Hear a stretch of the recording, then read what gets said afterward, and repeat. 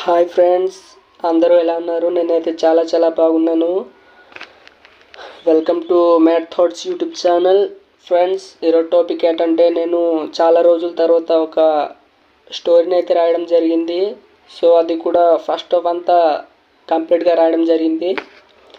Friends, ఈ స్టోరీని నేను నా లైఫ్లో జరిగిన కొన్ని సంఘటనలను ఆధారంగా తీసుకొని రాసుకున్నాను సొంతంగా. సో దీనికి ఇంకా ట్రీట్మెంట్ చేయలేదు, డైలాగ్ వెర్షన్ కూడా రాయలేదు. అదంతా పూర్తి అయ్యాక ఈ స్టోరీని మీకు ఖచ్చితంగా చెప్పాలని ఉంది. టైం చూసుకుందాం. టైం తీసుకుని ఒకరోజు మీకు ఈ స్టోరీ మొత్తం ఎక్స్ప్లెయిన్ చేస్తాను. సో ఫ్రెండ్స్, ఈ స్టోరీకి నేను పెట్టుకున్న టైటిల్ ఏంటంటే అంతులేని ప్రేమ గాథ అనుకుని పెట్టుకున్నాను. సో స్టోరీ మీకు ఖచ్చితంగా రైట్ చేయాలనిపిస్తుంది. అయితే ఒక్కసారి నేను ఇది జస్ట్ ఒక 4 పేజెస్లోనూ ఫస్ట్ ఆఫ్ అంతా కంప్లీట్ చేయడం జరిగింది. సో మీరు ఒకసారి చూసేయండి.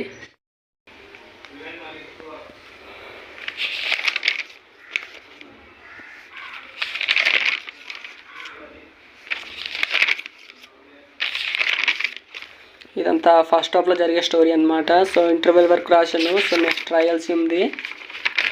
ఫ్రెండ్స్, నాకు స్టోరీస్ రాయడం అంటే చాలా ఇష్టం అండి. నా చిన్నప్పటి నుంచి అలవాటు అయిపోయింది అలా స్టోరీస్ రాయడం. ఆ స్టోరీస్ని నా ఫ్రెండ్స్కి కానీ నా కుటుంబ సభ్యులకు కానీ చెప్పుకుంటుంటాను అప్పుడప్పుడు. సో నాకైతే చాలా హ్యాపీగా అనిపించేది ఆ మూమెంట్స్.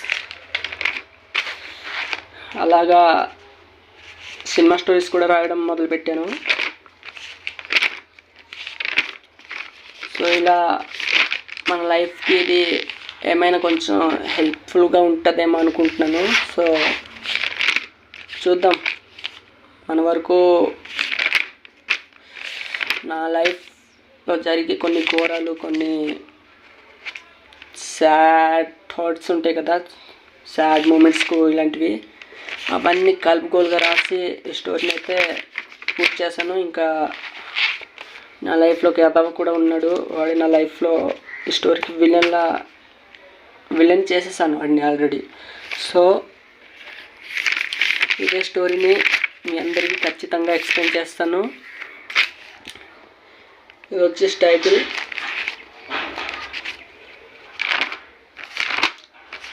ప్రతిదీ ఇక్కడ ఒక డైలాగ్ కూడా రాసుకోవడం జరిగింది. నాతో బంధాన్ని వదులుకొని ఇంకొకరికి బందీ అయిన చందమామ తనైతే మళ్ళీ రాని పున్నమి కోసం ఆరాటంగా ఎదురు చూస్తున్న అమావాస్యను నేను కదా అని. సో ఇది నేను ఇన్స్టాగ్రామ్లో కాపీ కొట్టిన డైలాగు, ఎక్కడ చోట వాడేద్దామని. సో జస్ట్ క్యాజువల్గానే రాసుకున్నాక టైటిల్ నాకు చాలా బాగా నచ్చింది ఆ డైలాగు. సో ఫ్రెండ్స్, ఇకపై మన ఛానల్లో స్టోరీస్ గురించి గాను నా లైఫ్ బ్లాగ్స్ గాను అప్లోడ్ చేయడం జరుగుతుంది. సో ప్రతి ఒక్కరు కూడా నన్ను ఫాలో అయ్యి నా లైఫ్లో ఏం జరుగుతుందో ప్రతి మూమెంట్ కూడా మీతో పంచుకోవాలనుకుంటున్నాను. సో నన్ను ఫాలో అయ్యి నన్ను కొంచెం సపోర్ట్ చేస్తూ ప్రతి ఒక్కరు నన్ను ఖచ్చితంగా చూసుకోండి. ఇక నేను మీ వాడిని. ఇక ఫ్రెండ్స్, చూసారు కదా మన లైఫ్ బ్లాగ్స్ అయితే ఈ విధంగా అయితే చేయడం జరుగుతుంది. సో ఓ పక్క వర్క్ చేస్తూ ఇంకో పక్క రైడింగ్ జరుగుతుంది. క్వాలిఫికేషన్ అయితే మనకు డిగ్రీ అయితే ఉంది, ఏం పర్లేదు. ఎంతైనా మిడిల్ క్లాసే, టాప్ క్లాసే. మిడిల్ క్లాస్లో పుట్టి మిడిల్ క్లాస్లోనే ఉండిపోవడం చాలా దారుణంగా ఉంటుంది. సో ఆ సిచ్యువేషన్స్ ఫేస్ చేయాలంటే మనకి